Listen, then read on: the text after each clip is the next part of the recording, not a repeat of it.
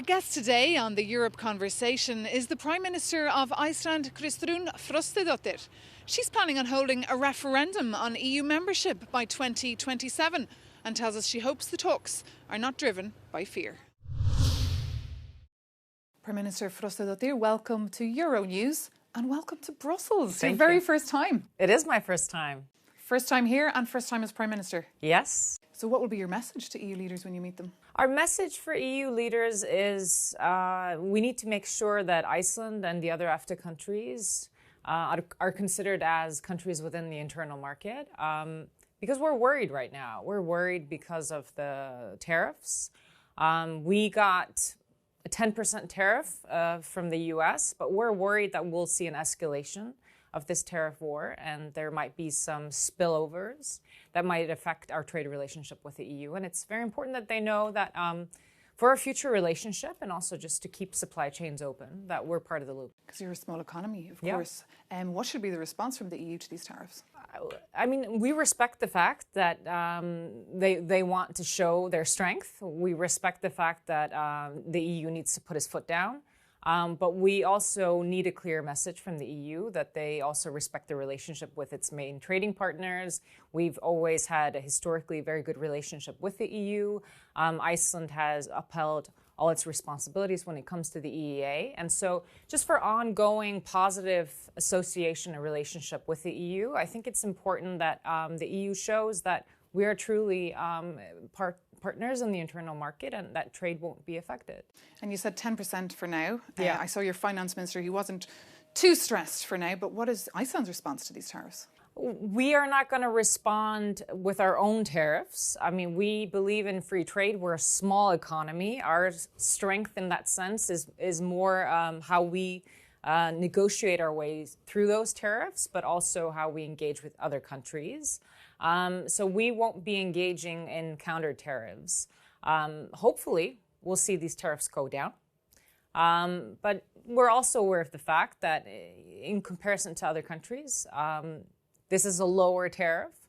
But I will say our biggest concern now is an escalation of this because obviously most of our trade goes to Europe. We're very driven by exports and imports. And so anything that might affect prices and the way we do business is going to affect our economy directly. And tell me about the potential EU referendum that you might be having in Iceland as soon as 2027. Is this debate happening because of the geopolitical tensions of late?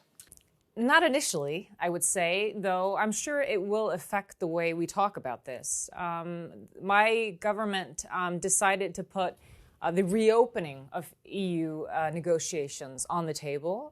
That's what this vote is about. Last time when we went through this process, there wasn't an initial vote asking the public whether they wanted to start this process. I think that was a mistake. I think a lot of people feel like it would have been an easier process for us domestically if we had been more in line with public opinion at the time, at least asked the nation what they feel about this. So before 2027, we want to see if the nation wants to reopen these negotiations. And I'm sure the current geopolitical situation will affect it. But I mean, my biggest concern is that we're not able to have a good debate about what it means to open the negotiations, that we will have a polarized debate about this. This is obviously, I think, what most politicians are worried about. And so hopefully we can, get a balanced discussion about EU membership. And just on the nitty-gritty, last time EU membership was up in Iceland, one of the biggest obstacles, if not the biggest, was your country's fishing industry. And of course, fishing rights, has that changed? And are the locals now willing to share their fleet? I think that will be our biggest concern. That's also my biggest concern. And so I think it's important that we get to a stage that if we open up these negotiations, that we start off with the difficult discussions first. We left sort of agriculture and the fisheries to be the last chapters that were open. And I think it's important for the Icelandic people, if they decide to open these negotiations with the vote, that they see firsthand how we can negotiate through that. We're going to have to see what comes out of it at this point, but we won't know until we start the negotiations. And how will Norway feel? Will they be worried about the impact on EFTA and on the EEA? I'm sure it's going to affect the Norwegians in the same way as if the Norwegians were to join the EU, it would affect us. I think everyone is aware of that. This is obviously a topic that is of discussion there. But like in Iceland, even though this is an international engagement matter, it's still a domestic issue. It's an internal matter. So it's not mine to comment on it. It's for the Norwegian Prime Minister and for the Parliament there to decide. But one issue you could perhaps comment on is Donald Trump, the US president's various comments about poaching land from other countries. We saw just last week his Vice President, J.D. Vance, over in Greenland, and Putin has hinted he might take Svalbard. They both want a piece of the Arctic Sea, and you're next to it. How does that make you feel? It's concerning. I will say it's gravely concerning. We are a wholly Arctic nation. I mean, the Arctic is our home. It's not just a concept in international relations for us. It's where we live. And we have very strong ties to the Greenlandic people. So this is of grave concern. I mean, our message has been and will continue to be, you have to respect the sovereignty of nations. The future of Greenland will be decided by the Greenlandic people. They've only just now had a new government formed, and so it's very positive, I would say, to see the unity of that government because it's broad-based. This is obviously a type of talk that should not be considered respectable or okay. Small countries like Iceland, they thrive on the fact that we have international law, that borders are respected. But what about an army? You don't have an army. We don't have an army, but we are a full-fledged NATO member. We're one of the founding members of NATO. We have a bilateral defense agreement with the US, and so our defenses have been based on that sort of international cooperation. But it is affecting our discussions of security and defense, for sure. Well, you mentioned the bilateral relations you have with the United States. Of course, European-US relations now are at a historical low. There's zero trust there. And how's that impacting you then? It's always been our message to the EU and European countries, whatever makes EU stronger and the Europeans stronger, makes it a stronger ally for the US. And so it's very important for us that any security engagement, any sort of change in that relationship doesn't mean that it's excluding the US, but that it's maybe changing the relationship between the two, because Iceland really thrives on that transatlantic unity being in place. But obviously, it's not in place now. It's changing. It's changing for sure. And I think that uncertainty is uncomfortable. It is uncomfortable for a lot of people. That's why we are going through this process of reviewing our security and defense policy. And as a European leader, you're spending so much time probably reacting to what President Trump said, what he tweeted when you have to run your country as well. I wasn't expecting to be this much in the international sphere. When I ran on pure social democratic policies, welfare, housing, economy. I ran on sort of a domestic focus. But now we're seeing the international politics sort of come into our arms, and it's just something you have to engage with when you're in this job. I ran on a platform that had direct talks with people instead of just on social media. We did trips around the country. We did open meetings. The same has to happen with international relations. It can't just be something that happens in bureaucratic institutions abroad, away from us. It has to be in the public domain as well, and that's going to be the biggest. It's going to be the biggest challenge, making security in Iceland a concrete matter for the everyday household, and that's what we're going through right now.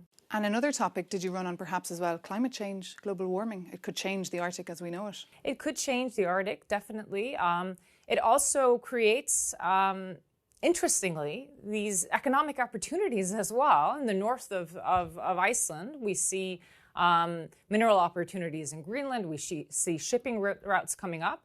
But we're also worried for our own economy when it comes to the fisheries, when it comes to changing of the ocean. So this is something that's going to be very important for us. Well, while you're in town, actually, this week, the EU-Ukraine Association meeting is taking place with the Prime Minister, Denis Shmyhal, in town. How is the war in Ukraine impacting you? It's raised security concerns in Iceland.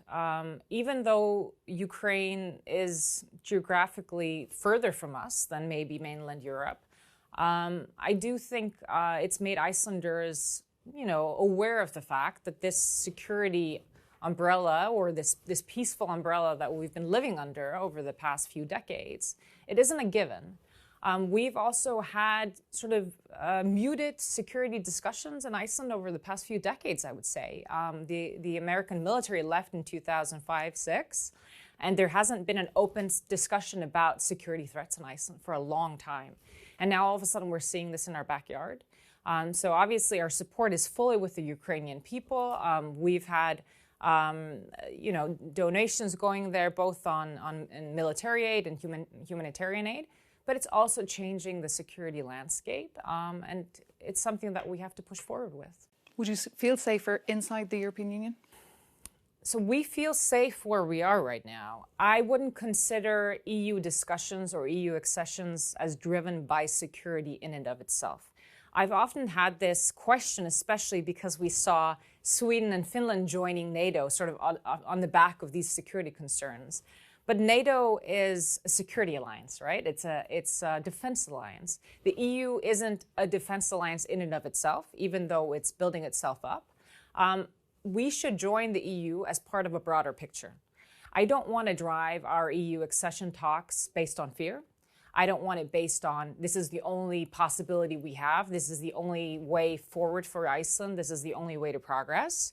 I think that's going to lead to a polarizing debate. I think it's more important to look at EU membership as a broad spectrum, culture, economy, finances, where do we belong? Where do we do muster trade? Where do we want to be a part of? So a lot of challenges for you as you just mark 100 days in office. Prime Minister, thank you so much for being our guest here on the Europe Conversation. See you soon. Thank you.